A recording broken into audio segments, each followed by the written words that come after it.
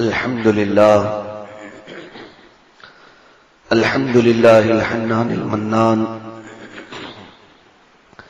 الذي خلق الإنسان وعلمه البيان والصلاة والسلام على رسوله سيد الإنس والجان وعلى آله وأصحابه ذوي الخير والإحسان أما بعد فأعوذ بالله من الشيطان الرجيم بسم الله الرحمن الرحيم اقتربت الساعة وانشق القمر وقال الله تعالى القارعة ما القارعة وما أدراك ما القارعة يوم يكون الناس كالفراش المبثوث وتكون الجبال كالعهن المنفوش إلى آخر هذه السورة صدق الله مولانا العظيم. بارگاہ رسالت معاب صلی اللہ تعالی علیہ وسلم میں درود پاک کا ہدیہ پیش کریں. اللہم صلی علی سیدنا و مولانا محمد معدن الجود والکرم منبع العلم والحلم والحکم وآلہ واصحابہ الکرام وابنہ الکریم وبارک وسلم صلاة دائمة سرمدا ابدا. آج میرے لیے سعادت کی بات ہے کہ میں عقیدتوں کے امام کے شہر میں بولنے کی غرض سے حاضر آیا ہوں. حضور اکرم صلی اللہ تعالی علیہ وسلم ایک محفل میں بیٹھے ہوئے ہیں. مشکات شریف کی حدیث ہے اور یہ حدیث پاک بخاری اور مسلم میں بھی موجود ہے. حضرت عمر فاروق رضی اللہ تعالیٰ عنہ اس حدیث کے راوی ہیں. فرماتے ہم سب حضور صلی اللہ تعالی علیہ وسلم کی مجلس میں بیٹھے ہوئے تھے. ایک اجنبی شخص محفل میں آیا. ہم میں سے اس کو کوئی پہچانتا نہیں تھا اور نہ ہی اس کے اوپر سفر کے آثار نظر آ رہے تھے. ظاہر سی بات ہے مدینے کا ہوتا تو ہم پہچان لیتے, باہر سے آیا ہوتا تو سفر کے آثار ہوتے. دونوں بھی چیزیں نہیں تھی. تعجب سے ہم دیکھ رہے تھے. وہ شخص اتنا قریب آیا کہ اپنے گھٹنے حضور کے گھٹنے سے ملا کے بیٹھ گیا. حضور صلی اللہ علیہ وسلم سے نہایت ہی قریب بیٹھ کر کے اس نے کچھ سوالات کیے. پوچھا سب سے پہلے مل ایمان, ایمان کسے کہتے ہیں؟ اللہ کے نبی صلی اللہ علیہ وسلم نے بیان فرمایا یہی جو چیزیں میں نے کہا ہے, اللہ پر ایمان لانا, فرشتوں پر, اس کی کتابوں پر, اس کے رسولوں پر, قیامت کے دن پر, مرنے کے بعد دوبارہ زندہ ہونے پر, تقدیر پر. پھر اس آئے ہوئے شخص نے پوچھا مل اسلام, اسلام کسے کہتے ہیں؟ پہلا سوال کیا تھا؟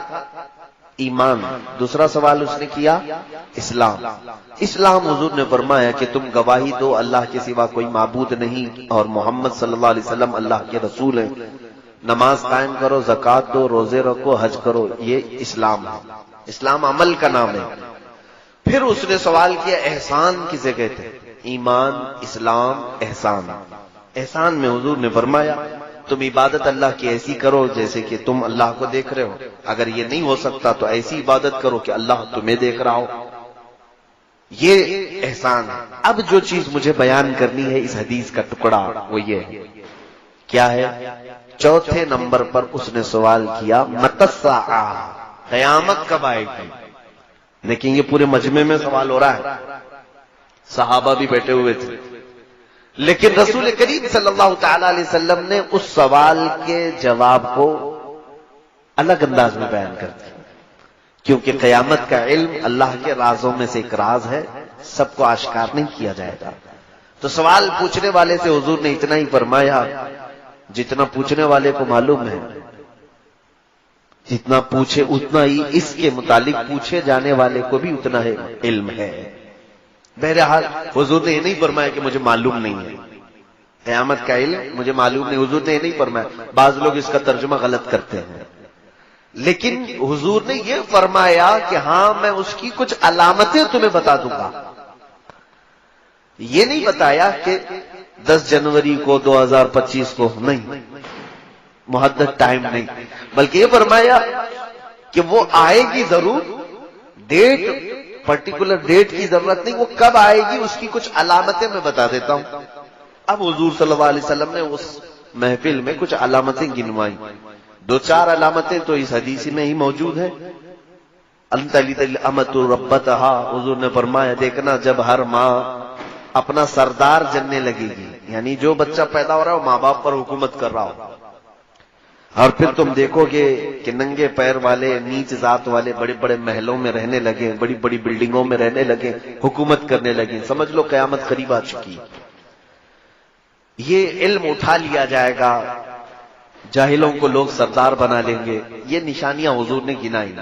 وہ شخص چلا گیا، حضرت عمر فاروق رضی اللہ تعالیٰ عنہ فرماتے میں دیکھنے کے لیے باہر گیا تو شخص ملا ہی نہیں ان کو۔ رسول کریم صلی اللہ علیہ وسلم نے حضرت عمر کو بلایا، تم اس کو ڈھونڈنے کے لیے گئے تھے؟ کہا اتاکم جبرائیل یعلمکم دینکم، وہ جبرائیل تھے جو تمہارا دین سکھانے کے لیے آئے تھے۔ حضور صلی اللہ علیہ وسلم سے جو انہوں نے سوالات کیے وہ پوری محفل کو سکھانے کے لیے۔ میرے عزیزو آؤ اب اس حدیث سے ہم آگے بڑھتے ہیں۔ اللہ کے حبیب صلی اللہ تعالی علیہ وسلم نے اتنی علامات بتائی ہیں قیامت کے آنے کی کہ کوئی بھی دنیا کا انسان آج تک جو آیا ہے کسی بڑے حادثے کی اتنی اطلاعات اب تک نہیں دے سکا، کوئی بھی۔ موسم بتانے والے جو ایکسپرٹ لوگ ہوتے ہیں، ٹی وی میں آتے ہیں نا روز سوٹ بوٹ پہن کر کے، موسم کا تاپمان اتنا رہے گا، یہاں بارش آئے گی، وہاں ٹھنڈی آئے گی، یہ جس دن بولتے ہیں اس دن بارش آتی نہیں، اور جس دن یہ کہتے ہیں کہ نہیں آ سکتی ہے تو آ جاتی ہے، یہ تو گیس کر کے بولتے ہیں۔ لیکن کسی بڑے حادثے کی اطلاع آج تک کسی نے دی؟ سونامی آ کے چلا گیا، پہلے سے کسی نے بتایا تھا کہ ایک بہت بڑا سونامی آئے گا؟ نہیں بتایا۔ بہت بڑا زلزلہ، امریکہ آج ٹیکنالوجی کے ہائی لیول پر پہنچا ہوا ہے، سائیکلون اتنے زیادہ اس کے ہاں آتے ہیں امریکہ میں کہ وہ اپنے ملک کو بچا نہیں پاتے ہیں۔ جب طوفان آتے ہیں تو ان کے پاس اتنے بڑے بڑے ایکسپرٹ ہیں، کوئی ان حادثوں کی اطلاع ان کو کیوں نہیں دے پاتا؟ جاپان ٹیکنالوجی کا مرکز سمجھا جاتا ہے، ہمیشہ زلزلے ہوتے ہیں جاپان میں، کوئی پکا گھر نہیں بنا پاتا، تو کب زلزلہ آ رہا ہے ان کے ماہرین کیوں نہیں بتا پاتے؟ زلزلہ پروف عمارتیں بنا کر کے بھی ڈھہ جاتی ہیں۔ اور آسٹریلیا کے قریب جنگلات میں اتنی بڑی بڑی آگ لگ جاتی ہے، اچانک بڑا حادثہ۔ میں یہ کہنا چاہ رہا ہوں کسی بڑے حادثے کی اطلاع آج تک دنیا دے نہیں سکی۔ دنیا میں واحد شخصیت ہے محمد الرسول اللہ صلی اللہ علیہ وسلم، جنہوں نے دنیا کے سب سے بڑے بڑے حادثوں کی اطلاع 1400 سال پہلے دی ہے۔ کیا کیا چیزیں ہو سکتی ہیں؟ اللہ کے حبیب صلی اللہ علیہ وسلم نے جو حادثوں کی اطلاع دی ہے اس میں ایک بال برابر بھی فرق نہیں آیا، سب واضح ہوتی چلی آئی۔ قیامت کی نشانیوں کو بزرگوں نے دو حصوں میں تقسیم کیا ہے، علامات صغرا، علامات کبرا۔ علامات صغرا کا مطلب چھوٹی نشانیاں، علامات کبرا کا مطلب ہے بڑی نشانیاں۔ چھوٹی نشانیاں تقریباً پوری ہو چکی، جیسے حضور اکرم صلی اللہ تعالی علیہ وسلم کے یہ فرامین کہ ماں باپ کی نافرمانی کثرت سے ہونے لگے گی، وہ تو ہم دیکھ رہے ہیں۔ گانے باجے کی کثرت بہت زیادہ ہو جائے گی، وہ ہم دیکھ رہے ہیں۔ حضور اکرم صلی اللہ تعالی علیہ وسلم نے یہ بھی فرمایا قیامت کے قریب امانتیں ضائع کر دی جائیں گی، امانتیں ضائع کر دی جائیں گی، یعنی خیانت کرنے والوں کا بہت زیادہ دور دورہ ہو جائے گا، وہ بھی ہم دیکھ رہے ہیں۔ جس کے پاس مال رکھو وہ کھا جائے، خیانت کرے۔ پھر اللہ کے حبیب صلی اللہ علیہ وسلم نے فرمایا دین کے معاملات نااہلوں کے ہاتھ میں آ جائیں گے۔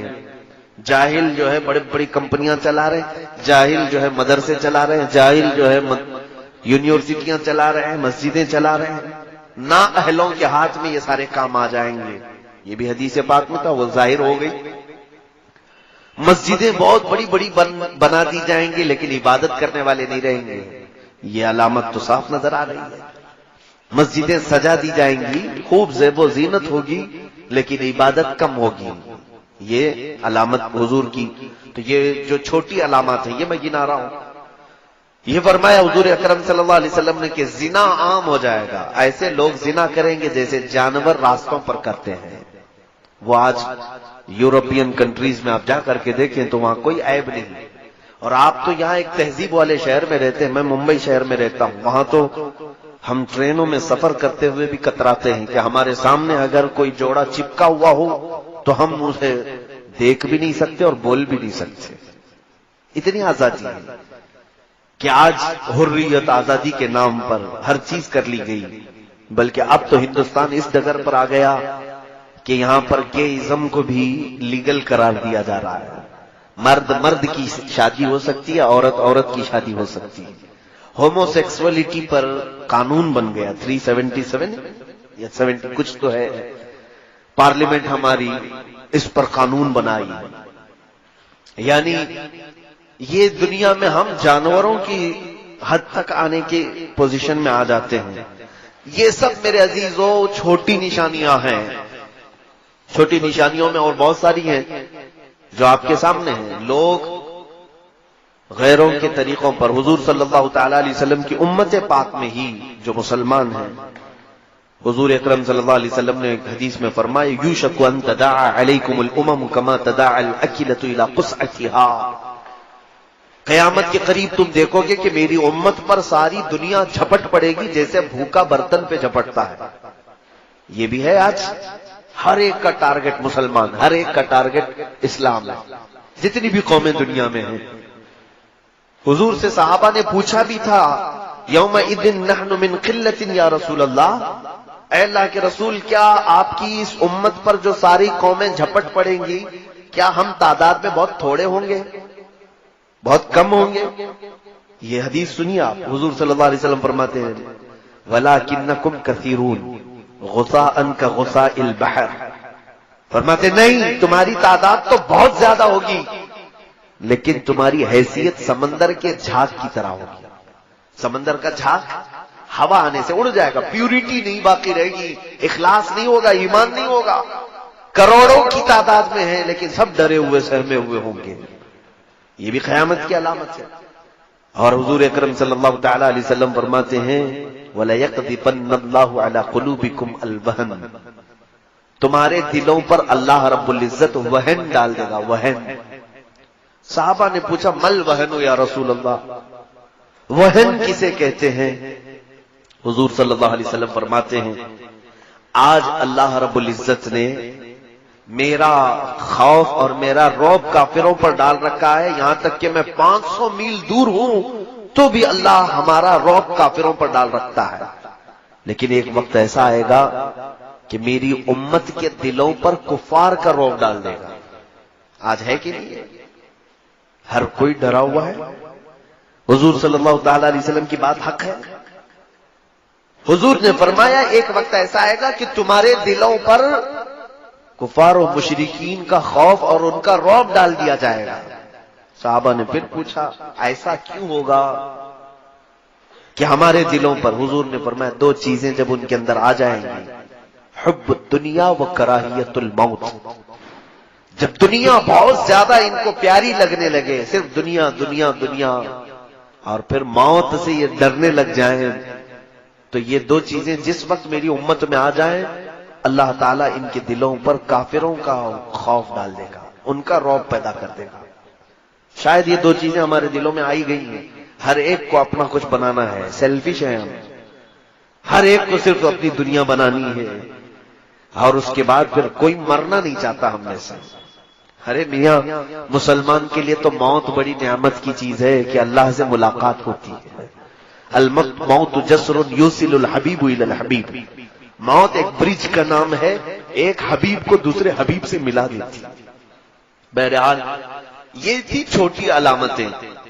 اب جو بڑی علامتیں ہیں جو اب تک ظاہر نہیں ہوئی، اس میں سے چند حضور اکرم صلی اللہ تعالی علیہ وسلم نے فرمایا تم قیامت کے قریب دیکھو گے عیسیٰ ابن مریم آسمان سے نازل ہوں گے. عیسیٰ علیہ السلام جو آسمانوں پر اٹھائے گئے ہیں، یہ عیسائیوں کا عقیدہ ہے کہ ان کو صلیب پر چڑھا دیا گیا، ان کو پھانسی دی گئی، اسی لیے بیچارے ایک کراس کا نشان پہنتے ہیں آج بھی، ان کو لٹکا کر کے گھومتے ہیں. جبکہ قرآن کہتا ہے وَلَٰكِن شُبِّهَ لَهُمْ وَمَا قَتَلُوهُ وَمَا صَلَبُوهُ وَلَٰكِن شُبِّهَ لَهُمْ. اللہ فرماتا ہے نہ ہی یہودیوں نے عیسیٰ کو قتل کیا ہے اور نہ ہی پھانسی دی ہے، بلکہ ان کو شبہ میں ڈال دیا گیا ہے. عیسیٰ علیہ السلام کو آسمانوں پر اٹھایا گیا، اب بھی موجود ہیں وہ. اب وہ قیامت کے قریب آسمان سے نیچے آئیں گے زمین پر. یہ بڑی نشانی ہے قیامت کی، بڑی نشانی. یہ قیامت کے بہت قریب آئیں گے. لیکن یہ ضرور ہے کہ حضور صلی اللہ تعالی علیہ وسلم کے امتی بن کر کے زندگی گزاریں گے. اب ان کی شریعت نہیں رہے گی، حضور کے امتی بن کر کے زندگی گزاریں گے. بڑی علامات میں یہ بھی ہے، حضور اکرم صلی اللہ تعالی علیہ وسلم نے فرمایا کہ تم دیکھو گے یاجوج ماجوج نکلیں گے. لوگوں کے دماغ میں یہ ہے کہ یاجوج ماجوج یہ 2 آدمی ہوں گے اور یہ پورے لوگوں کو ڈرائیں گے. 2 آدمی نہیں، یاجوج ماجوج کی تعداد جانتے ہیں آپ؟ بیان کیا ہے مفسرین نے کہ پورے دنیا میں جتنے انسان ہیں اس کے 10 گنا زیادہ جنات ہیں. 10 گنا زیادہ جنات کی تعداد ہے، اور جتنے جنات ہیں اس سے 10 گنا زیادہ یاجوج ماجوج کی تعداد ہے. اتنی بڑی فوج ہے یہ، اور یہ چھوٹ جائے گے. کسی جگہ ان کو قید کیا گیا ہے اور یہ زمین پر آئیں گے، بلکہ وہ زمین میں کسی حصے پر ہیں اب بھی. حدیثوں میں اس کا ہے. میرا ٹاپک یاجوج ماجوج نہیں ہے، مختصر میں بتا رہا ہوں کہ وہ آئیں گے، پوری زمین میں فساد مچائیں گے، ہر چیز کھا جائیں گے، لوگوں کی کھیتیاں چر جائیں گے، سامان کھا جائیں گے. پھر ان کو اللہ تبارک و تعالیٰ ایک بیماری میں مبتلا کرے گا اور سارے مر جائیں گے. یہ حدیث میں ہے. بڑی نشانی یہ اب تک آئی نہیں ہے. اور اس کے علاوہ بڑی نشانی یہ بھی ہے کہ اللہ کے حبیب صلی اللہ علیہ وسلم نے فرمایا تم دیکھنا کہ سورج پچھم سے نکل آئے گا. سورج ابھی پورب سے نکلتا ہے نا، ایک دن ایسا آئے گا کہ سورج پچھم سے نکل آئے گا، لیکن بس وہ دوپہر تک تھوڑی دیر نکلے گا، پھر واپس چلا جائے گا پچھم میں. پھر جہاں سے نکلتا ہے وہیں سے نکلے گا روزانہ. ایک دن صرف ایسا ہوگا. اور حضور فرماتے ہیں وہ یعنی دنیا میں عمل کا آخری دن ہوگا، اعمال کا قبولیت کا آخری دن ہوگا. اس سے پہلے جس نے توبہ کیا، اس سے پہلے جو ایمان لایا اس کا ایمان ہے. سورج کے پچھم سے نکلنے کے بعد نہ کسی کی توبہ قبول ہوگی نہ کسی کا ایمان قبول ہوگا، کوئی نہیں. میرے عزیزو ہمیں یہ معلوم نہیں، ہم راتوں کو سوتے ہیں پتہ نہیں کون سی صبح سورج پچھم سے نکل آئے. ڈر بھی نہیں ہے، ہمیں خوف بھی نہیں ہے. یہ بڑی علامتوں میں سے. اس کے علاوہ بڑی علامتوں میں سے حضور اکرم صلی اللہ علیہ وسلم نے فرمایا تم دیکھو گے کہ آدم علیہ السلام کے پیدائش سے لے کر قیامت آنے تک کا سب سے بڑا فتنہ دنیا میں اگر کوئی چیز ہے، حضور فرماتے ہیں وہ دجال کا ظاہر ہونا. دجال، اسی پر آپ مجھے بولنے کے لیے کہا ہے. دجال کا ظاہر ہونا. یہ دجال ہے کیا چیز، اس پر میں ڈیٹیل میں آؤں گا، پہلے یہ علامتیں ختم کر لیتے ہیں. دجال کا ظاہر ہونا یہ قیامت کی سب سے بڑی علامت ہے.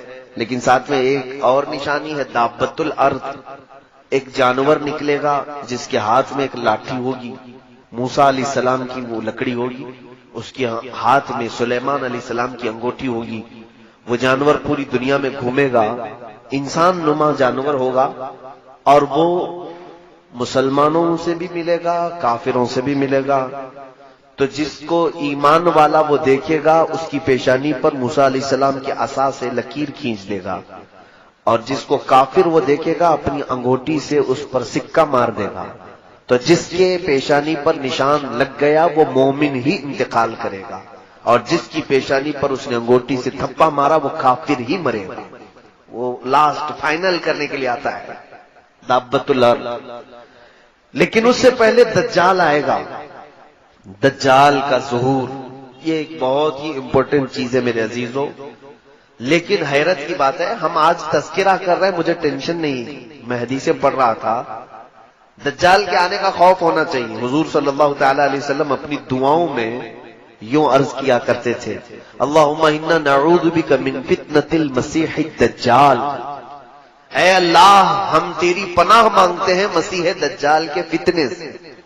آپ بھی دعاؤں میں اس کو شامل رکھیں. فرمایا کہ جب وہ دجال ظاہر ہوگا تو اس قدر آزمائش میں مبتلا کر دیا جائے گا ایمان والوں کو، وہ 40 دن میں پوری دنیا گھوم لے گا.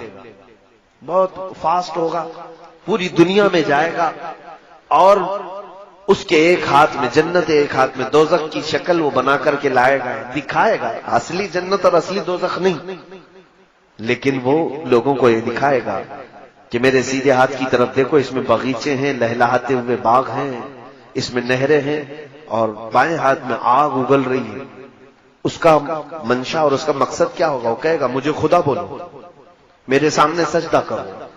تو اگر کوئی اس کو سجدہ کرنے سے انکار کرے، حدیث پاک میں اس کی دونوں ٹانگیں پکڑ کر چیر دے گا اس مومن کو، یا تو پھر کھولتے ہوئے تیل میں ڈالے گا یا پھر وہ اپنی جلتی ہوئی آگ میں ڈالے گا، بہت سخت شدت کی تکلیف دے گا۔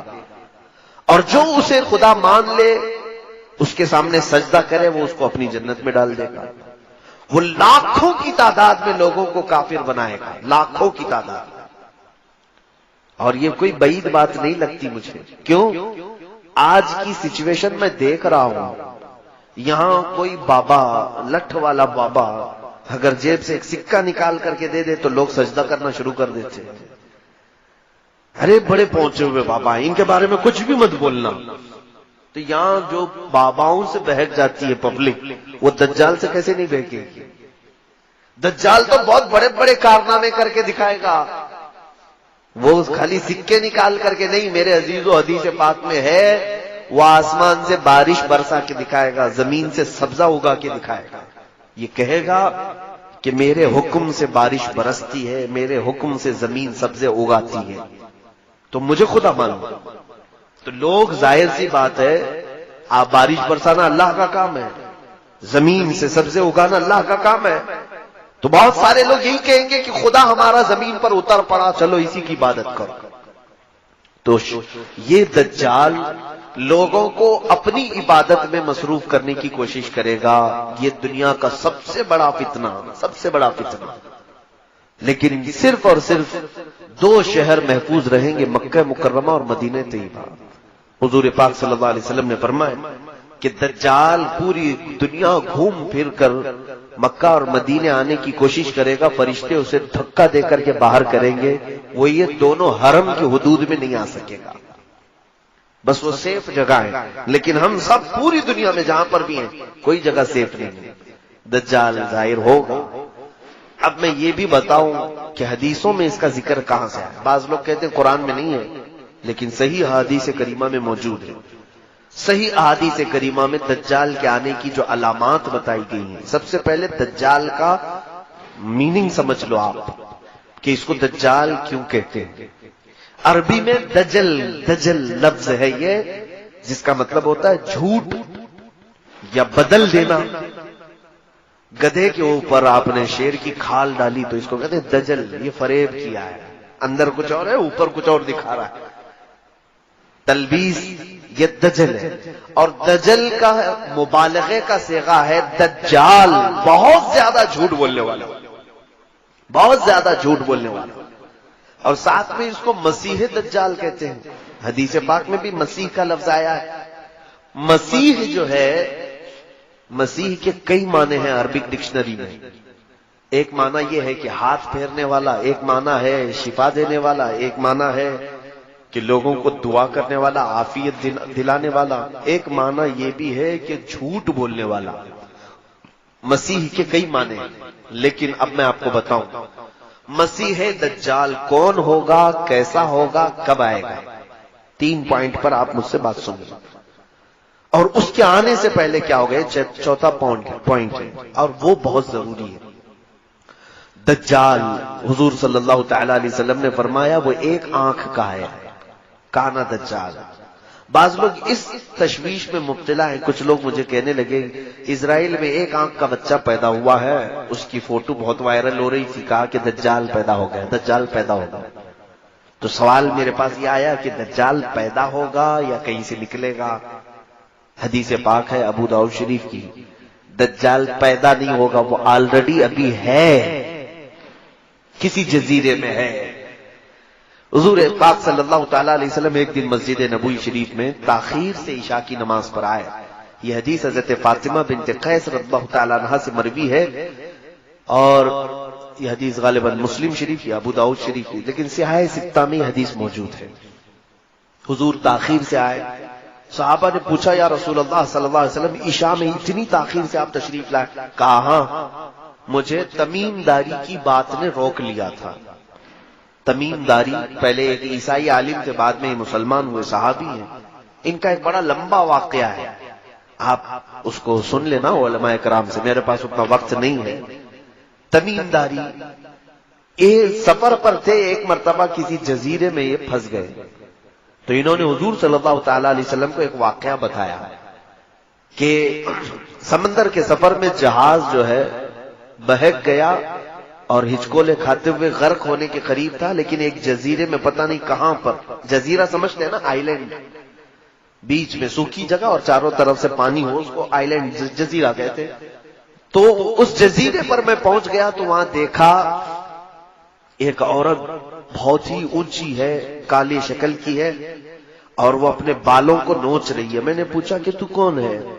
تو اس نے کہا میں جاموس ہوں، یا کوئی لفظ اس نے کہا، جاموس تو عربی میں بھینس کو کہتے ہیں، لیکن الفاظ یہ ہیں، کہا میں دجال کی عورت ہوں، میں تجھے اور ایک چیز دکھاتی ہوں۔ تو لے کر کے گئی، ایک بہت بڑی عمارت تھی، قلعہ تھا، وہاں جا کر کے دیکھا، یہ کہتے ہیں کہ اندر ایک بھیانک شکل والا جس کی ایک آنکھ تھی کالا قسم کا، وہ اپنے بالوں کو نوچ رہا تھا اور زمین سے آسمان کی طرف اچھل کود کر رہا تھا۔ بہت توجہ سے سنی اس حدیث کو۔ تو میں قریب گیا اور پوچھا تم کون ہو؟ تو اس نے کہا میں دجال ہوں، میں دجال ہوں۔ یہ شاید ہو سکتا ہے کہ ہم سب کو عبرت کے لیے ایک شخص کو دکھا دیا گیا، ورنہ سب کے لیے پاسبل نہیں ہوگا۔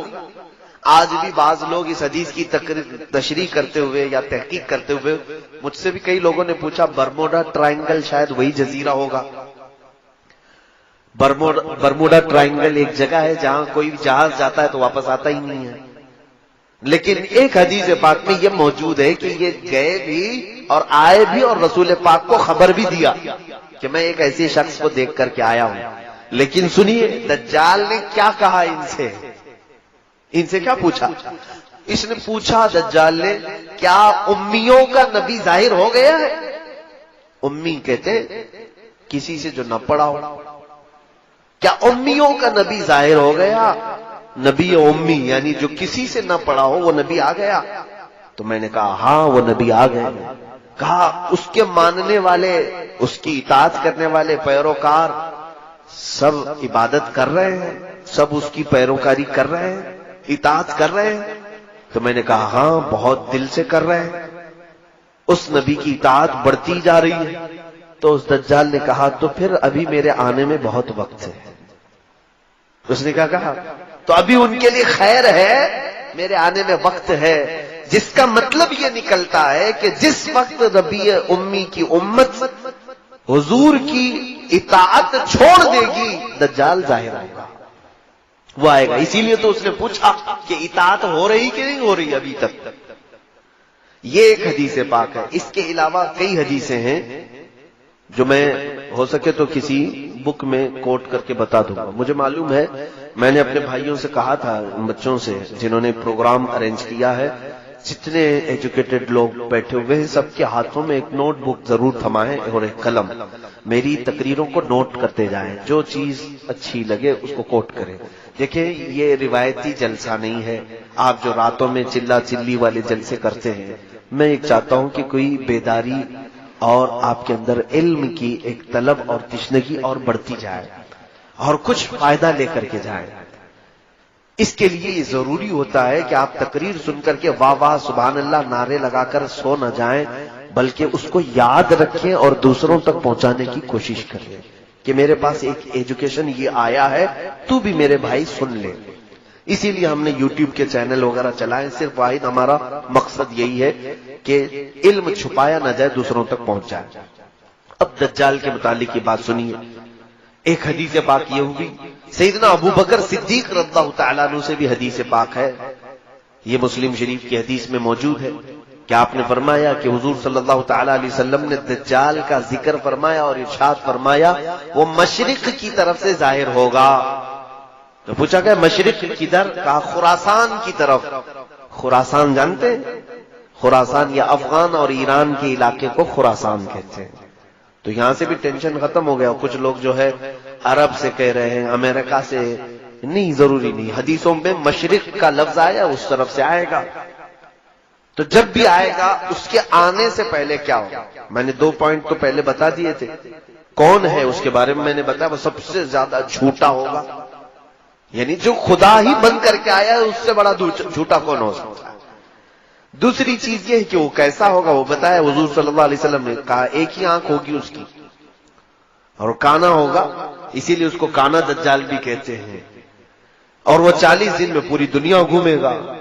اچھا، اب تیسری بات یہ ہے وہ کب آئے گا. اس کی ایک بات یہ ہے کہ حضرت ابو بکر صدیق نے پوچھا یا رسول اللہ صلی اللہ علیہ وسلم وہ کب آئے گا؟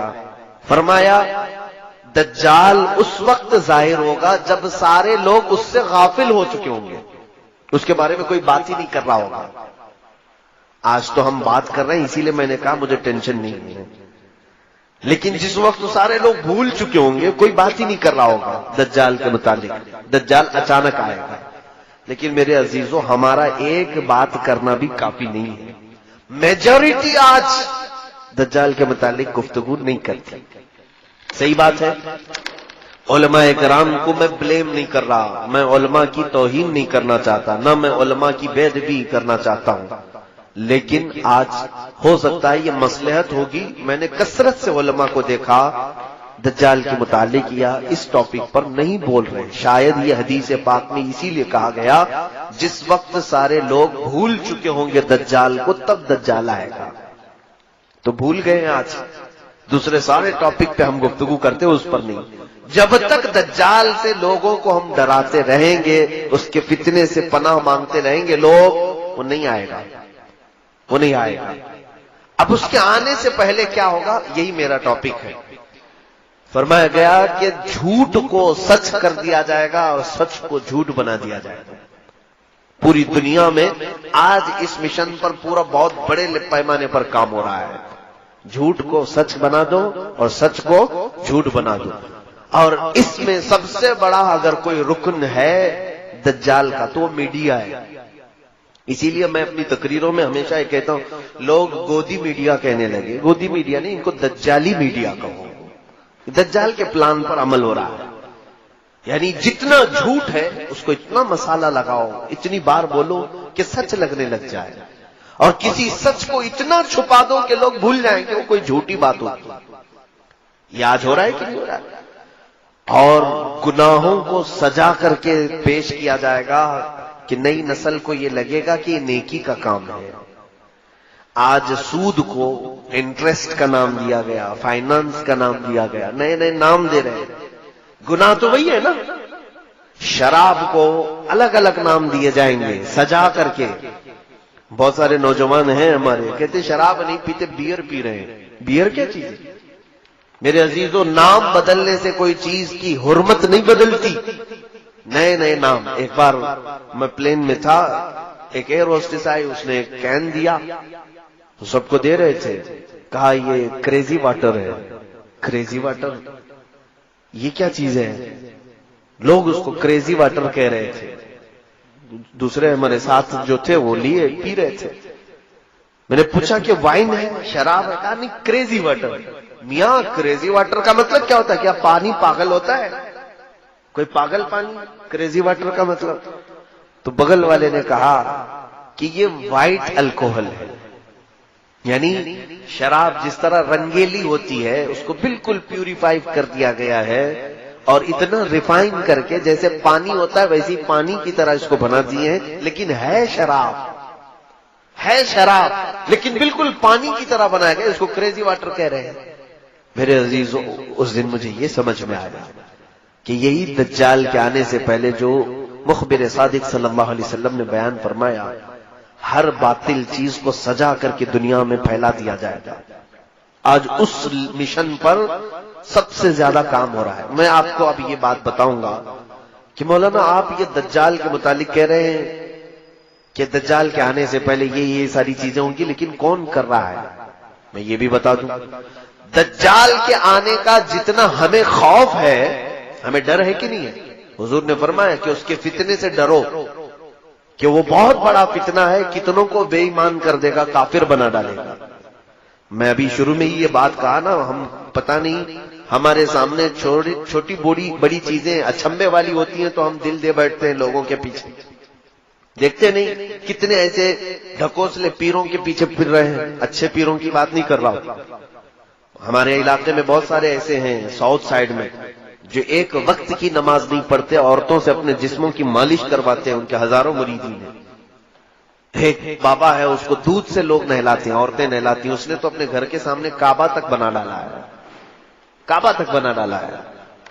کیوں ان کے پیچھے پبلک ہے؟ میں نے پوچھا کہ تم پاگل ہو, مسلمان ہو, سامنے وہ شرک کر رہا ہے اس کے پیچھے پڑے ہو. کہا نہیں تمہیں معلوم نہیں بابا کے چمتکار کیا کیا ہے.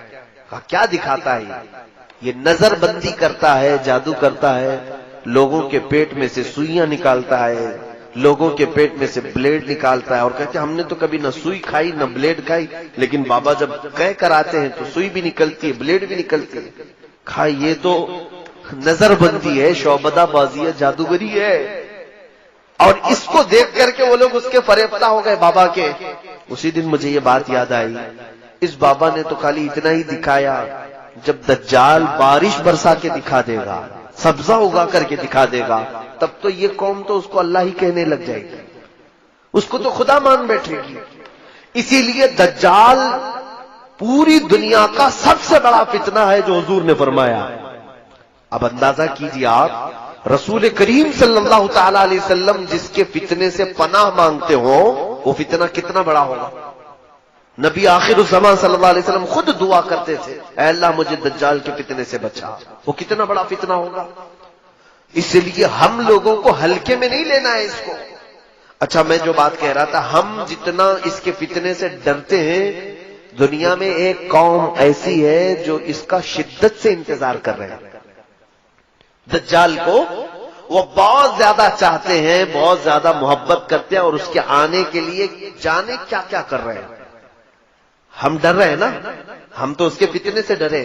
دنیا میں ایک قوم ہے جو دجال کے آنے کا انتظار کر رہی ہے, وہ یہودی قوم ہے. جیوز جو ہیں, یہودی, اسرائیلی. میں اس کو کھل کر کے بول رہا ہوں.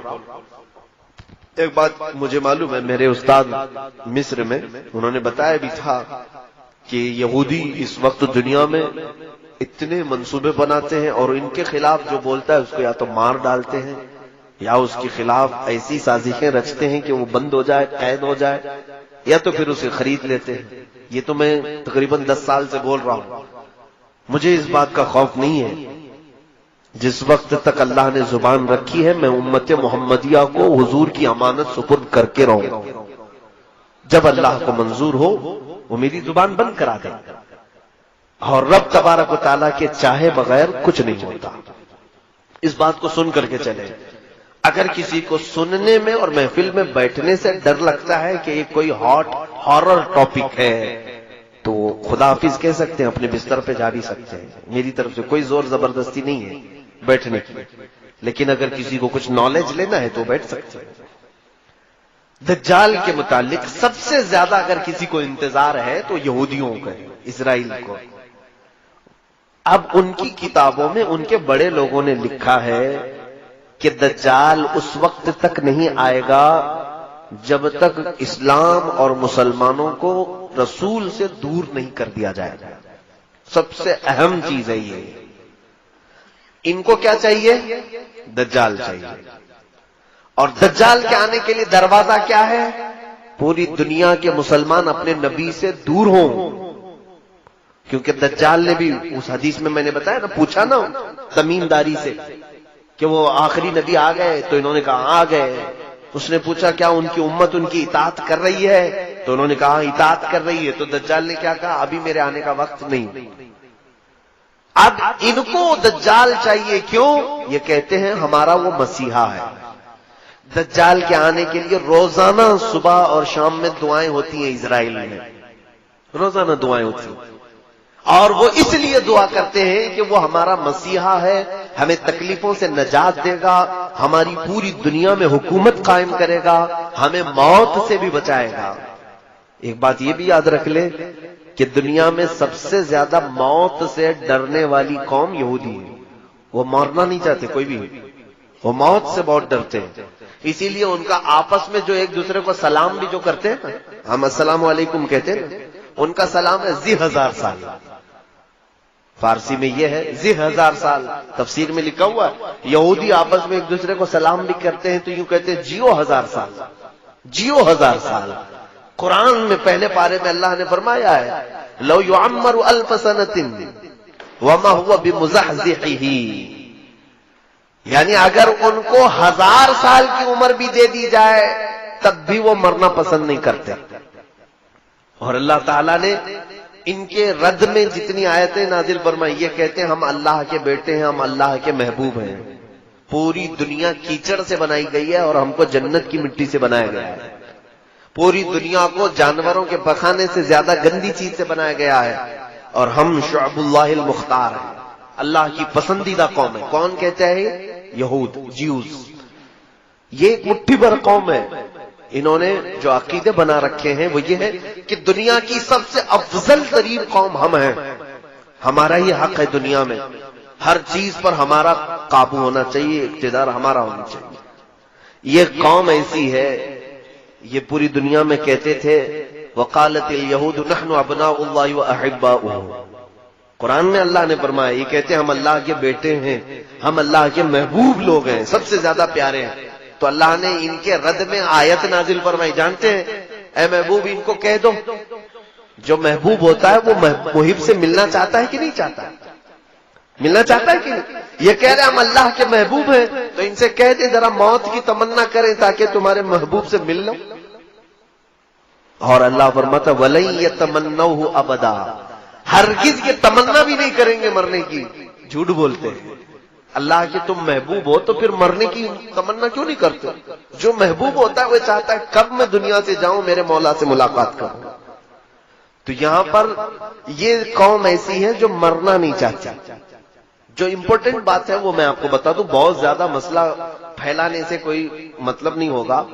کل خلاصہ ملا کر کے میں آپ کو بتا دوں کہ دنیا میں اتنا اتھل پتھل یہ کیوں مچائیں. سب کو اب تقریباً نوجوانوں کو معلوم ہو چکا ہے الومیناتی کیا ہے، فری میسن کیا ہے، اور پھر یہ جتنی ان کی تنظیمیں ہیں، خفیہ تنظیمیں، یہ کیا ہیں. سیکریٹ اب تو کچھ نہیں رہ گیا، یہ سب پورا ظاہر ہو گیا. 1 آئی، یہ ایک آنکھ کی علامت کیا ہے، ٹرائنگل کیا ہے، 66 کیا ہے، یہ سب یہودیوں نے بنائی ہوئی علامتیں. میں بہت سرسری انداز میں جا رہا ہوں کیونکہ پڑھا لکھا طبقہ بیٹھا ہوا ہے، اور اگر نہیں معلوم ہے تو میرے ان اشاروں پر آپ انٹرنیٹ میں سرچ کرو اور معلوم کرو کہ یہ چیزیں کیا ہیں. یہودیوں کی خفیہ تعلیمات ہیں. لیکن آپ یہ ہم سے پوچھیں گے آخر یہ کیوں ایسا کر رہے ہیں، ان کو کیا فرق پڑتا ہے، ہمارے پیچھے کیوں پڑے؟ پوری دنیا میں یہ نظام کیوں چینج کرنا چاہتے ہیں، کیوں پوری دنیا کو رد و بدل کرنا چاہتے ہیں؟ ایک ہی ان کا مقصد ہے. کیا ہے جانتے ہیں؟ یہ مرنا نہیں چاہتے، موت ان کو پسند نہیں ہے، اور یہ ہمیشہ جینا چاہتے ہیں. دنیا کی ہر چیز پر کنٹرول کر لیا لیکن موت پر کنٹرول نہیں ہو پا رہا. اب موت کس کے ہاتھ میں ہے؟ کس کے ہاتھ میں؟ اللہ رب العزت. ان کو بھی معلوم ہے، ان کو بھی معلوم ہے موت اللہ کی طرف سے آ رہی ہے. تو کیوں نہ ہم ڈائریکٹ اس اللہ کو ہی ختم کر دیں. معاذ اللہ رب العالمین. یہ پلاننگ ہے، اور یہ میں کہہ نہیں رہا ہوں، آلریڈی یہ پہلے ہو چکا ہے. ایک ڈاکٹر ہیں، میں نام ذکر نہیں کر رہا ہوں، وہ عیسائیوں کے ایک بڑے ماہر محقق ہیں. انہوں نے بھی اس چیز کی تحقیق میں لکھا ہے کہ پہلے کے دور میں نمرود کی جب حکومت تھی تب بھی یہ یہودی تھے. تو ان لوگوں نے کیا کیا تھا، نمرود جو بادشاہ ہے اس نے ایک بہت بڑا محل بنایا تھا. نمرود بھی بہت لمبی عمر تک جیا، بہت بڑی طاقت تھی، وہ خدا کہلاتا تھا اپنے آپ کو، لوگوں سے سجدے کرواتا تھا. لیکن اب اس کو بھی ایک ہی ٹینشن تھا، کیا؟ موت کا. مر جاؤں تو سارا خدا ختم، سڑ گیا. اس کو بھی موت نہیں چاہیے تھی. اس نے کیا سوچا، پوری دنیا پر میرا کنٹرول، پورے لوگ میرے سجدہ کر رہے ہیں تو کیوں نہ میں پوری پبلک کو ملا کر کے فوج بنا لوں اور اس خدا سے لڑ لوں. ایک بار ٹرائی کر کے دیکھتے ہیں. اس خدا کو مار کے گرا دیں گے تو پھر اب موت حیات سب ہمارے ہاتھ میں آ جائے گی. یہ پلاننگ اس وقت اس نے کیا تھا. یہ ہماری کتابوں میں نہیں ہے، لیکن پرانی دوسری مقدسات میں موجود ہے. تو اب اس نے ایک بہت بڑا ورلڈ ٹاور بنایا تھا، اس زمانے کا بہت اونچا ایک محل بنایا، عمارت بنایا، اور دنیا بھر کے سارے لوگوں کو ایک جگہ جمع کیا، سب کی زبان ایک بنایا. کہا لینگویج الگ الگ نہیں ہونی چاہیے، سب کی ایک ہی زبان، آپس میں سارے لوگ میرے وفادار، اور سب کو ٹریننگ دیا کہ خدا کے ساتھ لڑنا ہے. سب کو خدا کا باغی بنا دیا سب کو، اور سارے جوش میں، اور اتنی بلند عمارت بنائے. پوچھا گیا کیوں بنا رہے ہو؟ کہا اس پر چڑھ کر کے آسمانوں میں جاؤں گا، اس سے جنگ کروں گا خدا کو اور اس کو گرا دوں گا. میرے پاس پوری دنیا کی پبلک بھی ہے. نشے میں چور آدمی کہاں تک سوچتا ہے. سیاست بہت گندی چیز ہو جاتی ہے کبھی کبھار. آدمی خدا بننے کی کوشش کر ڈالتا ہے اور خدا کو مارنے کی کوشش کرتا ہے. معاذ اللہ رب العالمین. تو اس نے یہ پلان بنایا، اور یہ غالباً انجیل میں ہے، بہت پہلے میں نے پڑھا تھا. اس نے عمارت بنایا اور اوپر چڑھا بھی، پوری پبلک کو کہا کہ تم میرے ساتھ رہو گے، سب کی لینگویج ایک ہی، تم میری حمایت کرو گے، میری فوج میں رہو گے، اور میں اب خدا سے جنگ کر رہا ہوں. ایک بار اگر میں نے اس کو مار دیا تو تم میں سے سب کو میں نے ہمیشہ ہمیشہ کی زندگی دینی ہے. ٹینشن مت لینا. کسی کو 2000 سال چاہیے لکھوا لو، میں 2000 سال دے دوں گا. کسی کو 5000 سال چاہیے میں دے دوں گا. تو سارے لوگ بہت شوق میں تھے کہ مرنا ہی نہیں ہے، چلو یہ ایک کام کر کے دیکھ لیتے ہیں. اب جب وہ اوپر چڑھا تو اب دیکھیے مقدسات جو کتابیں ہیں وہ کہتی ہیں اللہ رب العزت نے اپنے فرشتوں میں سے ایک فرشتے کو فرمایا کہ آؤ، میرے بندوں میں سے ایک بندے نے بڑی بلند عمارت بنائی ہے، چلو ذرا دیکھ لیں. اللہ رب العزت نے فرمایا اور آسمانوں کی طرف نزول فرمایا، اور اپنے ایک فرشتے کو، اللہ تعالیٰ کے فرشتوں کی تعداد کسی کو نہیں معلوم. معلوم ہے کتنے لاکھ، کتنے کروڑ، کتنے ارب، بلکہ اندازہ کرنے کے لیے ایک صرف میں حدیث بتا دوں. جب بھی بارش ہوتی ہے نا، حضرت ابن عباس فرماتے ہیں ہر قطرے کو ایک فرشتہ زمین پر رکھ کر جاتا ہے، اوپر سے برسایا نہیں جاتا. ایک ایک قطرے کو ایک ایک فرشتہ زمین پر رکھ کر جاتا ہے. بارش کے قطرے نہیں گن سکتے تو فرشتوں کو کہاں گن سکو گے؟ تو اتنے لاتعداد فرشتے ہیں، اس میں سے صرف ایک ہی فرشتے کو اللہ نے فرمایا تم جاؤ ذرا نیچے اپنے پر ہلاؤ. وہ فرشتہ نیچے آیا. جبرائیل کو نہیں بھیجا، میکائیل کو نہیں، اسرائیل کو نہیں، بڑے مقام والے فرشتے، ایک فرشتے کو بھیجا، اور وہ فرشتہ نیچے زمین پر آیا. اس نے صرف اپنے پر ہلایا تھا کہ یہ پوری دنیا غرق ہو گئی، اس کا سارا محل ڈھہ گیا، نمرود تباہ ہو گیا.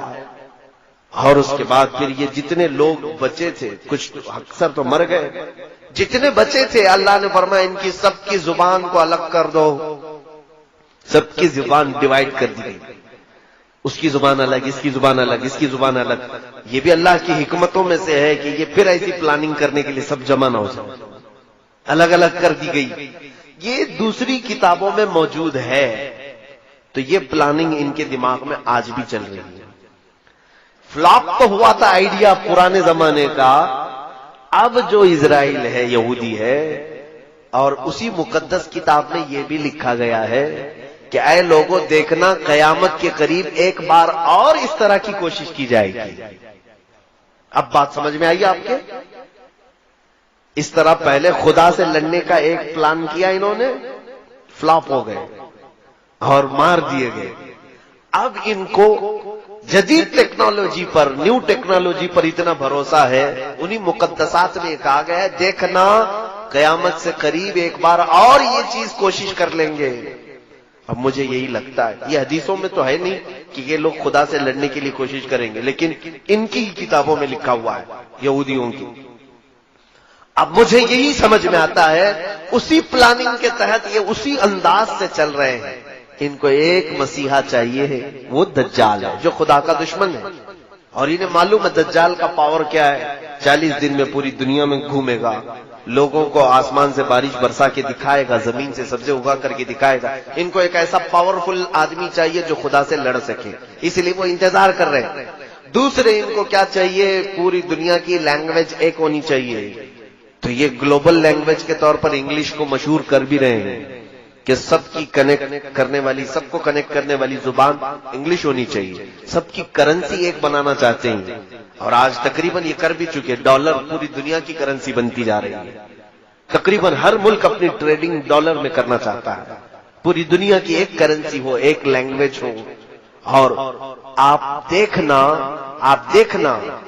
اکثر ان کے جتنے بڑے پریزیڈنٹ ہوں یا جو سٹارز ہیں، وہ اپنے بیانوں کے بیچ بیچ میں ون ورلڈ آرڈر یہ بات کہہ جاتے ہیں۔ نوجوان طبقہ اس کو نوٹ کر لے، one world order. One world order کا مطلب یہ ہوتا ہے ایک دنیا ایک حکم پر چلے، الگ الگ کنٹری نہیں چاہیے ہم کو، الگ الگ سیاست نہیں چاہیے، پوری دنیا ایک ہی حکومت پر، ایک ہی آرڈر پر چلے، یہ ان کا پلان ہے۔ کیوں میاں، کیوں پوری دنیا کو ون ورلڈ آرڈر میں ڈال رہے ہیں آپ؟ وہی پلاننگ جو نمرود کر چکا تھا کہ خدا سے لڑنا ہے، پوری دنیا کو پھر سے جمع کرو، ساری ٹیکنالوجی جمع کرو۔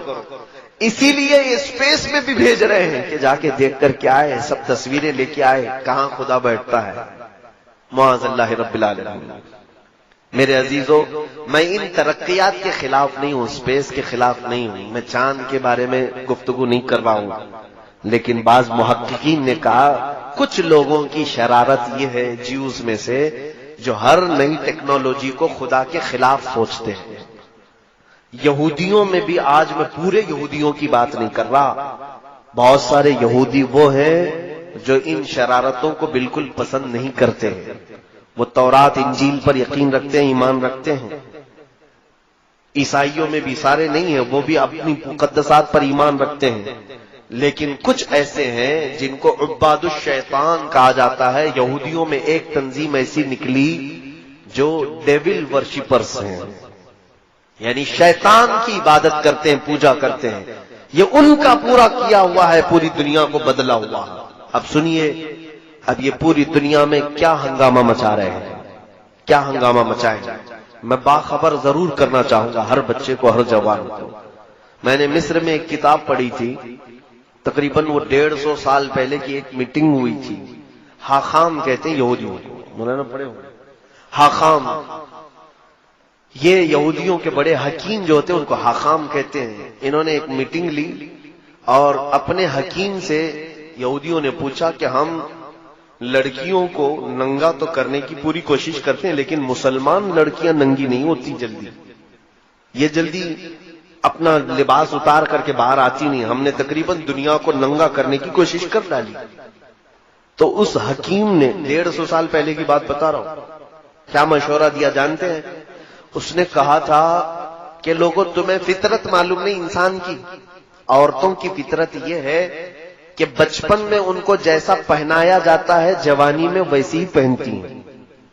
اگر کوئی بچی بچپن سے دوپٹہ پہنتی ہو اور فل کپڑے پہنتی ہو، اچانک 16 سال کی عمر میں اس بچی کو آپ آدھے کپڑے پہننے کے لیے کہیں، نہیں پہن پائے گی، شرم و حیا زیادہ ہوتی ہے۔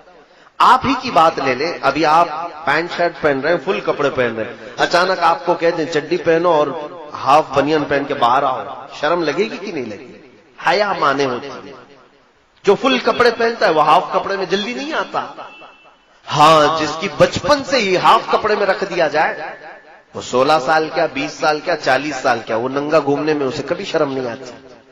اس یہودی حکیم نے کہا، اے لوگوں، مسلمان بچیاں اس لیے ننگی نہیں ہو پا رہی آج تک ہمارے پلان کے مطابق کہ ان کے گھروں میں ان کے ماں باپ ان کو فل کپڑے پہنا کر کے رکھتے ہیں، بچیوں کو دوپٹے اڑواتے ہیں، اسکارف پہناتے ہیں، جس کی وجہ سے 16 سال کی عمر میں ان پر تم محنت کرتے ہو، یہ ننگی نہیں ہو پاتی۔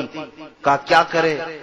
اس یہودی عالم نے کہا، ان کی بچیوں کے کپڑے ہاف بنانا شروع کرو، بچیوں کے اوپر محنت کرو، بڑی عورتوں پر نہیں، 16 سال 17 سال کی عمر کی بچیوں پر نہیں، چھوٹی بچیوں پر محنت کرو۔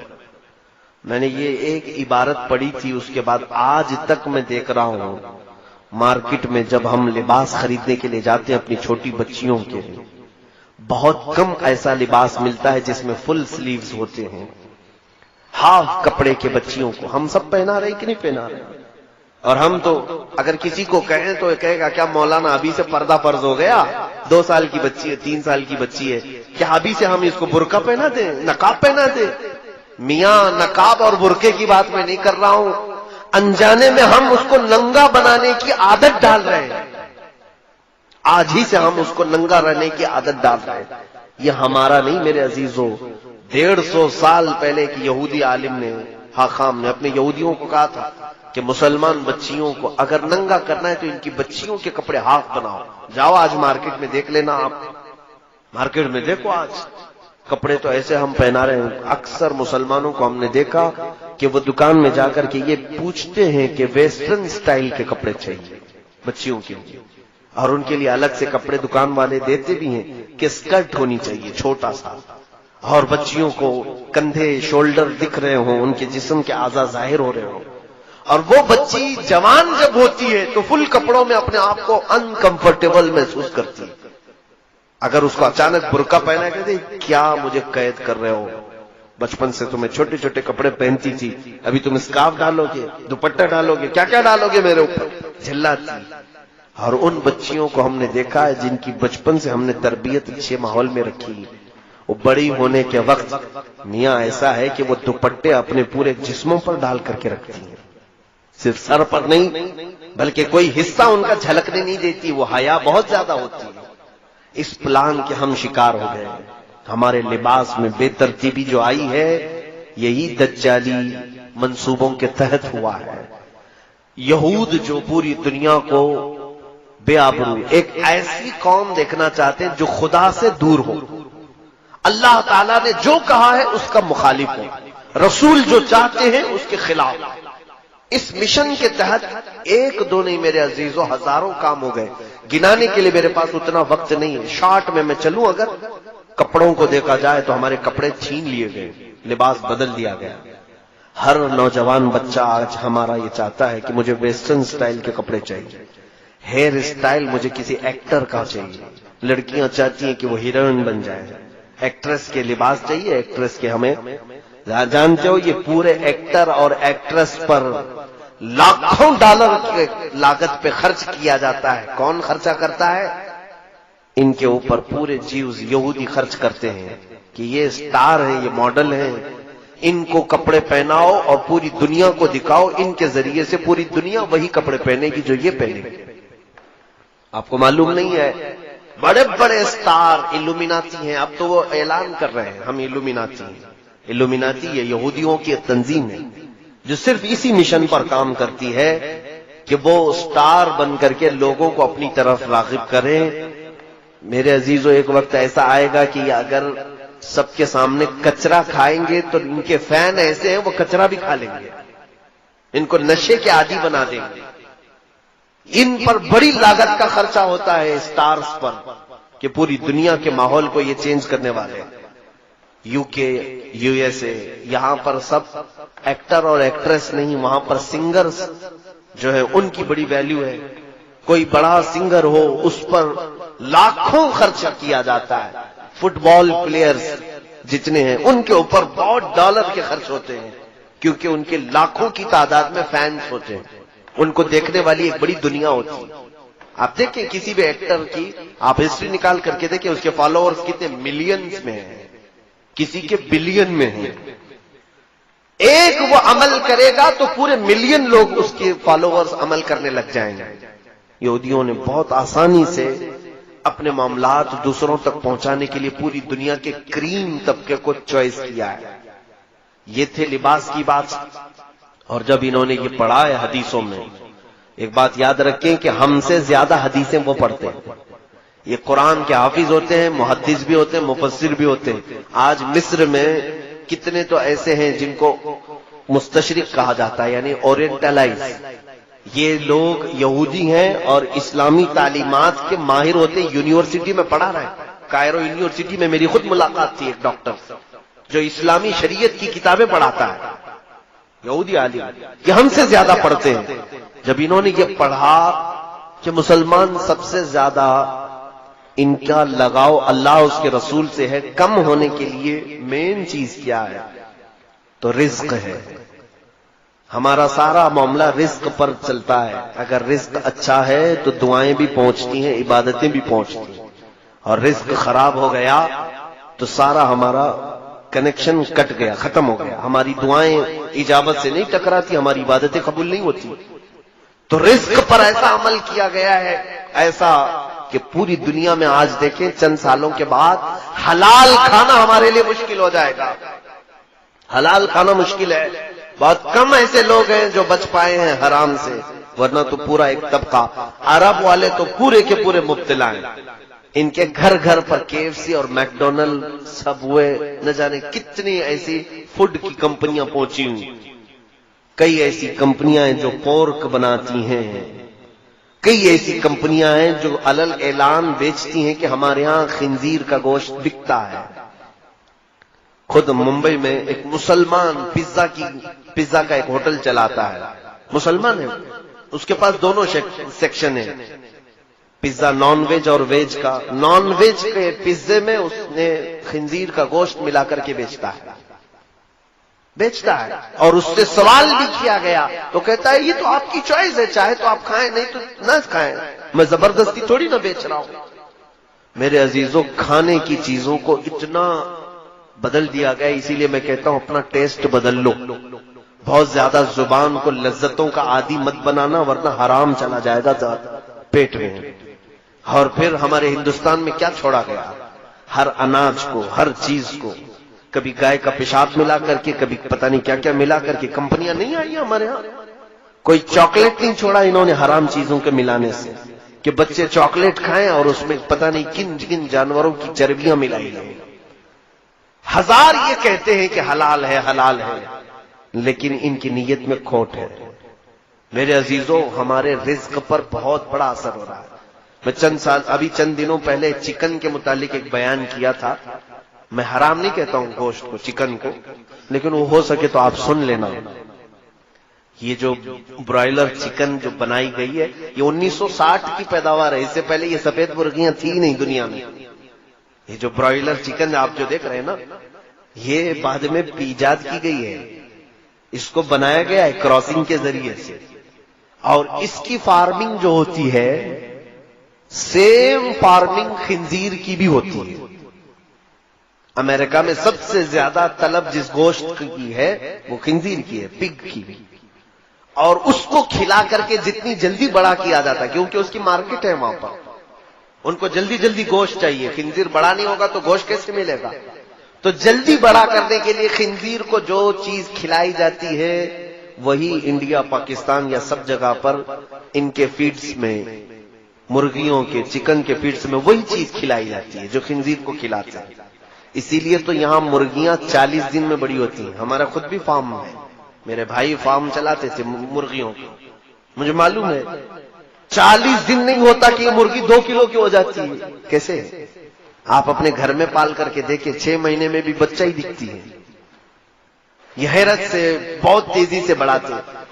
یہ میرا ٹاپک نہیں ہے, لیکن میں آپ کو کہہ رہا ہوں کہ ہماری غذا پر بہت زیادہ کوشش کی گئی ہے کہ حرام کی آمیزش ہو جائے, تاکہ ان کی دعائیں قبول نہ ہوں, ان کی عبادتیں قبول نہ ہوں, اور ان کا اللہ رب العزت سے جو قریبی تعلق ہے وہ ڈسکنیکٹ ہو جائے.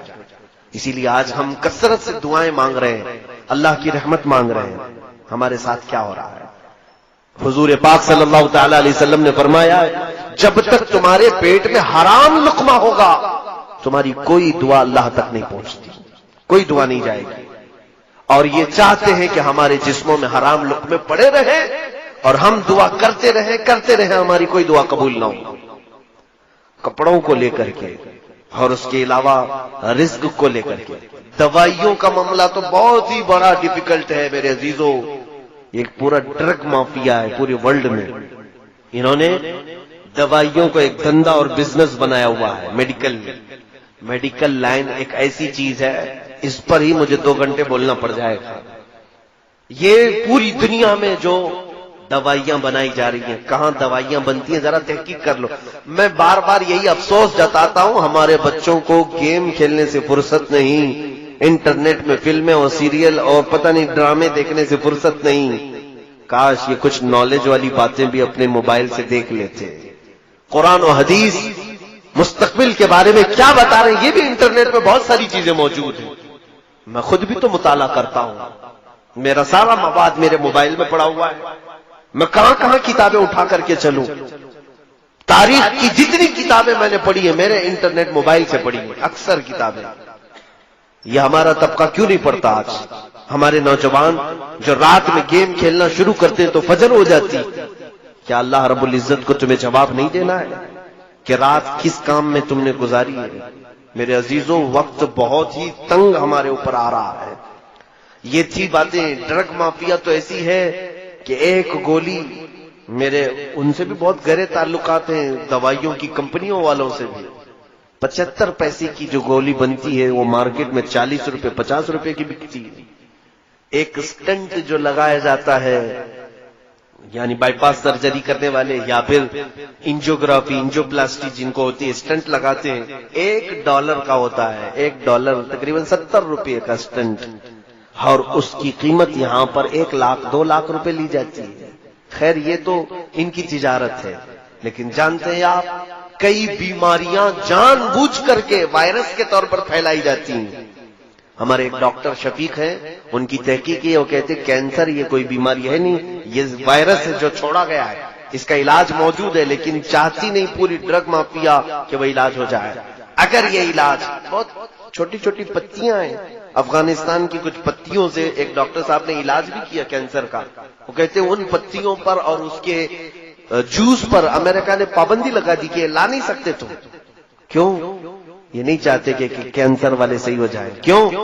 کینسر جتنا بڑھے گا اتنا مال ڈرگ مافیا کو پہنچے گا، اتنی زیادہ، کروڑوں نہیں اربوں کی تجارت ہے یہ.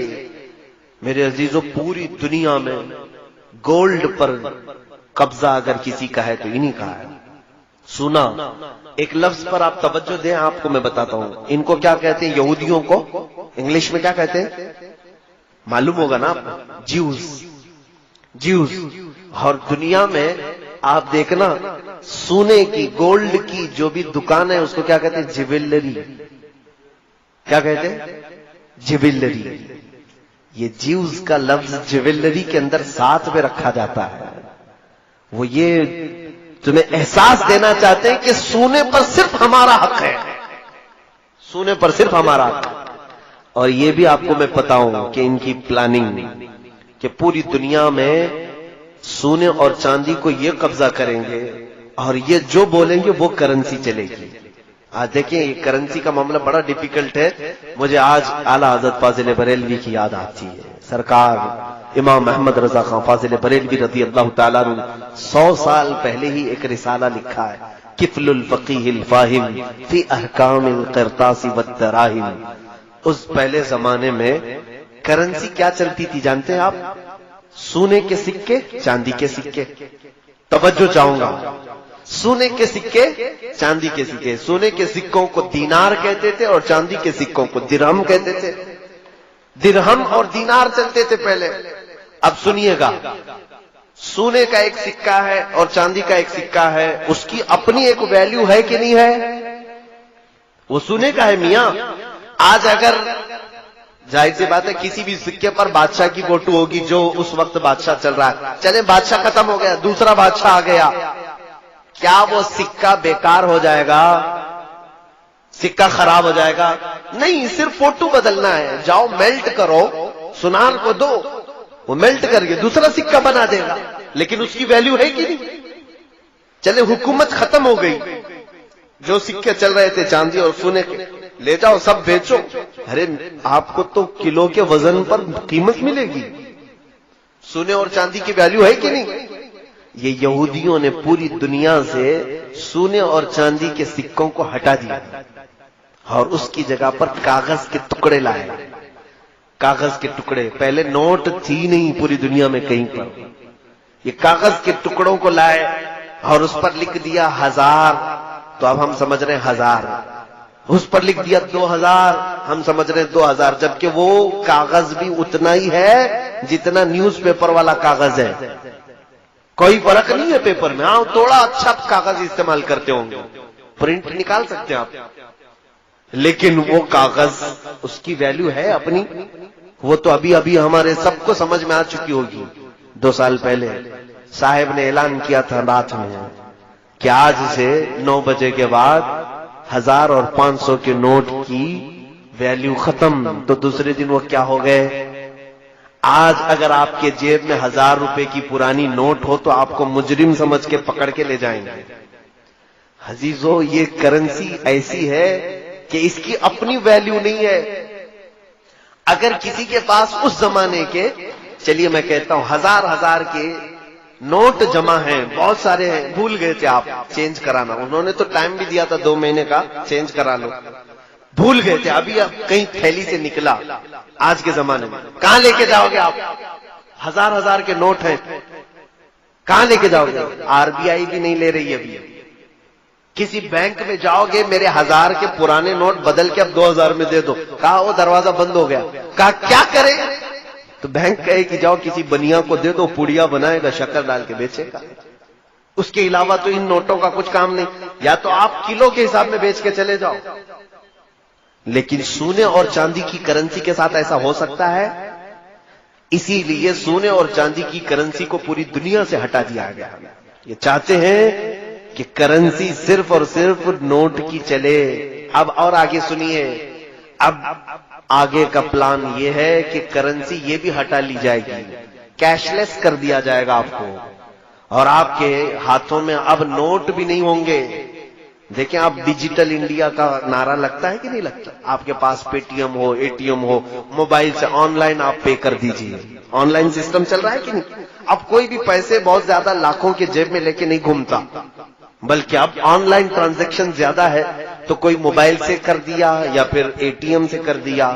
اس سے بھی آگے کی بات سنیے آپ، اس سے بھی آگے کی بات. یہاں کوئی بٹ کوئن والے لوگ ہیں کیا؟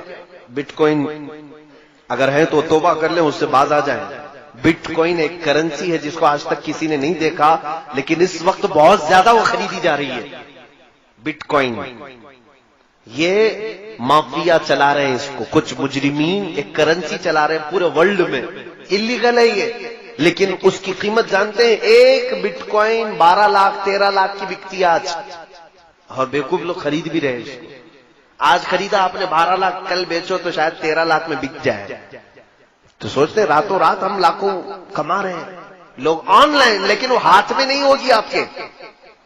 وہ کرنسی آپ کیسی دکھتی ہے وہ معلوم نہیں، لیکن آن لائن ہے.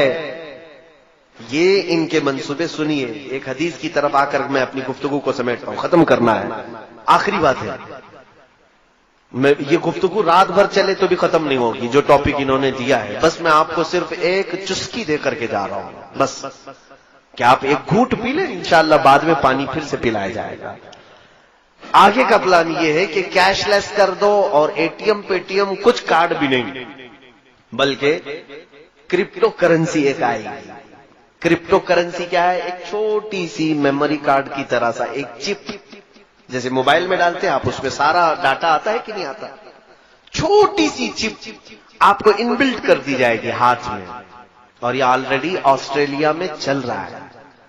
ہاتھ میں انجیکٹ کر کے ایک چھوٹی سی میموری کارڈ اس کو ڈال دیا جائے گا. اس کے اندر آپ اپنے بینک کھاتے پورے اس کے اندر رکھو، آپ کے گھر کے پیپر، جائیداد کے پیپر، جتنا ڈاکیومنٹس ہے وہ سب اس کے اندر رہے گا. ظاہر سی بات ہے پیپر گم ہو جائیں تو بھی کچھ فرق نہیں، آپ پیپر جلا دو، نوٹ ختم کر دو، سارا آپ کا کام ہے آپ کے ہاتھ میں. آپ کو تو اچھا لگے گا نا. اب کارڈ لے کر کے چلنے کی بھی ٹینشن نہیں، پیسے لے کے چلنے کی بھی ٹینشن نہیں، میرے ہاتھ میں چپ ہے، اور چوری ہونے کا بھی ڈر نہیں، کوئی چوری بھی نہیں کر پائے گا. کیا کرے گا؟ تو سب کو یہ آسان لگ رہا ہے، اور لوگ قطار میں لگ لگ کر کے انبلٹ کروا رہے ہیں کرپٹو کرنسی کو. لیکن اس کا دوسرا پارٹ کیا ہے جانتے ہیں آپ؟ اچھا اس کو آپ کیسے دیکھیں گے کہ میرے اکاؤنٹ میں کتنے ہیں؟ آپ اپنے انگوٹے کا اپنا تھم کہیں پریس کریں، تھم پریس کریں گے آپ تو آپ کا پورا جتنا اکاؤنٹ ہے وہ ڈیجیٹل میں دکھائی دے گا کہ آپ کے پاس اتنے لاکھ روپے ہیں، اتنے ہزار روپے ہیں، آپ کے جائیداد کے پیپر یہ ہیں، سب آپ دکھا سکتے ہیں کسی بھی جگہ. وہ ہوگا کچھ پلان، میں نے تو اب تک دیکھا نہیں، لیکن سنا ہے یہ چل رہا ہے. اب اس کے بعد کیا ہوگا؟ اس کے بعد کیا ہوگا؟ ہم نے کرنسی سب ہٹا دی، گھر میں بھی پیسے نہیں، بینک میں بھی پیسے نہیں، کہیں نہیں، سب کہاں ڈال دیا ہم نے؟ اس چھوٹے سے چپ میں ڈالا ہے. لیکن وہ ویلیوبل ہے، دنیا اس کو کہے گی تم کو دکان میں کچھ خریدنا ہے تو جاؤ تھمب لگاؤ، 1000 روپے کے سامان خرید کر کے لاؤ. ابھی کل ہی ہم جا رہے تھے، دھورا جا رہے تھے، ہم نے دیکھا جس کار میں ہم بیٹھے ہوئے ہیں، کار پر ایک چھوٹی سی وہ چپ لگائی تھی، ٹول ناکے سے کار گزری، اچانک اس کا گیٹ اٹھ گیا. یہ جدید ٹیکنالوجی ہے. دبئی میں تو بہت پہلے سے چل رہا ہے کہ آپ ٹول میں کھڑے ہو کر کے پیسے بھرنا، جو چھٹے واپس لینا ضروری نہیں. 3 مہینے کا، مہینے بھر کا شاید ریفل ہوتا ہے، ایک چھوٹی سی چپ دیتے ہیں، یہ کار کے سامنے والے گلاس پر آپ لگائیں، جب بھی آپ کو ٹول کے اندر سے جانا ہے اور اچانک گیٹ اٹھ جائیں گے، واپس آنا ہے، دن میں گھومتے رہو. یہ آپ کے بریلی میں کل میں نے دیکھا ہے کہ نہیں ہے، چپ لگ رہی.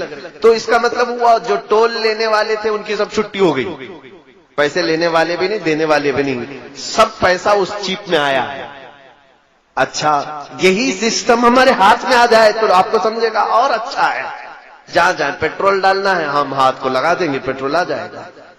ڈاکٹر کو پیسے دینا ہے وہاں پر بھی ہم اپنا تھم پریس کر دیں گے، اس کو جتنی بل ہے اس میں سے نکل کے چلی جائے گی. آسان آسان، یہ جو میں بتا رہے ہیں آسان.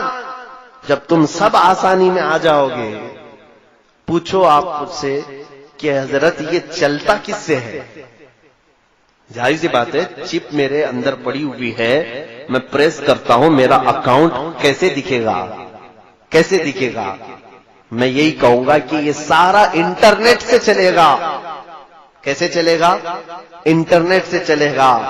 اے میرے عزیز، تمہیں یہی ہوش سنبھالنا چاہیے. دوسرا سوال تم یہی کرو کہ اگر انٹرنیٹ بند ہو گیا تو کیا ہوگا؟ اور انٹرنیٹ نہ میرے ہاتھ میں نہ تمہارے ہاتھ میں، سارا ان کے ہاتھ میں ہے. انٹرنیٹ یہ جس وقت چاہیں بند کر دیں. جس وقت انٹرنیٹ بند ہوا وہ تمہاری چپ تو وہیں پڑی ہوئی ہے. سامان والے کے پاس جاؤ گے، انگلی گھستے رہو، کچھ نہیں نظر آئے گا، کیونکہ انٹرنیٹ سے چلتا ہے. آج بھی آن لائن ٹرانزیکشن کا جو نقصان کشمیر میں ہوا، ان کشمیریوں سے پوچھو. 1 مہینے تک ان کا نیٹ بند رکھا گیا تو ان کے ٹرانزیکشن سب پورے کے پورے وہی سے ٹھپ پڑ گئے.